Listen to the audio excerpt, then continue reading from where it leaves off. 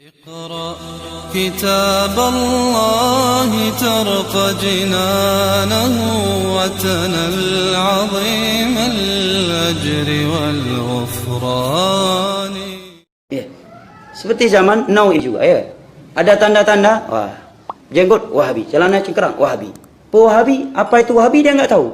Wahabi betul dia aliran sesat. Kita harus yakin Wahabi adalah aliran yang sesat menyesatkan. Siapa tokohnya? Tokohnya bernama Abdul Wahab bin Abdurrahman bin Rustum. Wahabi ini muncul di akhir tahun 200 Hijriah di daerah Maroko. Yang pertama kali mengeluarkan fatwa tentang sesatnya Wahabi adalah seorang ulama Ahlus Sunnah wal Jamaah di Maroko pada tahun 400 Hijriah yang bernama Ali Al-Lukhami. Ali Al-Lukhami. Kenapa beliau mengeluarkan fatwa sesat tentang sekte Wahabi ini? Karena mereka memiliki beberapa prinsip. Yang pertama, mereka berpendapat bolehnya memberontak kepada penguasa yang sah dengan alasan dia tidak adil. Ini pemahaman mereka yang pertama. Kedua, mereka mengkafirkan kaum muslimin dengan dosa-dosa besar.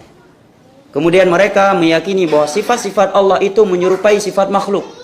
Tangannya Allah seperti tangannya makhluk, turunnya Allah seperti turunnya makhluk. Ya. Maka difatwakan sesat oleh Al-Imam Al-Lukhami pada tahun 400 Hijriah. Namun anehnya fatwa sesat Wahabi ini diberikan kepada Syekh Muhammad bin Sulaiman bin Abdul Wahab yang muncul pada tahun 1200 Hijriah. Betapa jauhnya.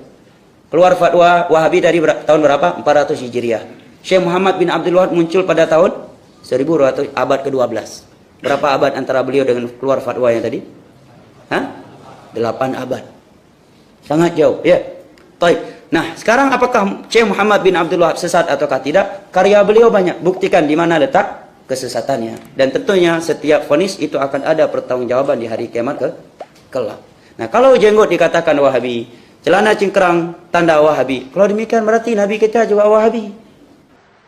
Pertanyaan saya, minta penjelasan Ustadz, apa itu Wahabi?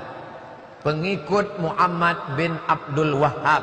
Lalu orang menyebutnya Wahabi. Tapi karena nama ini, oh Ustaz jangan sebut-sebut Wahabi. Yang ngomong gitu bukan saya. Yang ngomong begitu langsung saudara kandung Muhammad bin Abdul Wahab. Namanya siapa? Sulaiman bin Abdul Wahab. Saudara kandungnya menulis buku menolak saudaranya. Dia sebut Wahabi. Mufti Makkah namanya Syekh Zaini Dahlan. Bukan saya, jangan marah sama saya.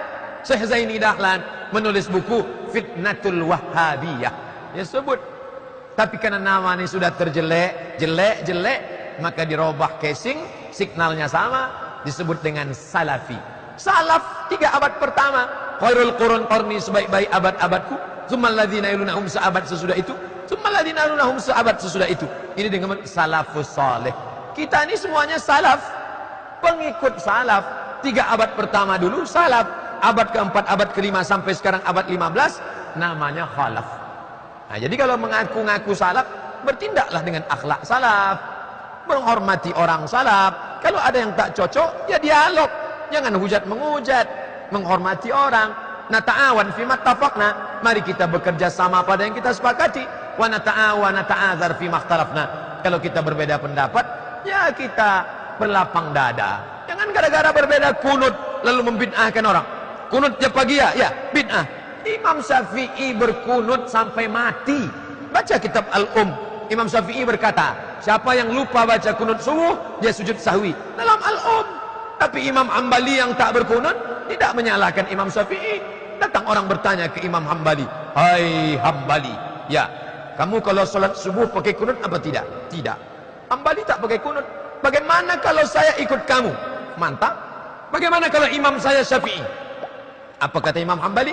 Kalau imammu Syafi'i, angkat tanganmu, ucapkan amin. Allahumma dina fi man hadait. Jangan hanya gara-gara perbedaan lalu membid'ahkan orang, mengkafirkan orang.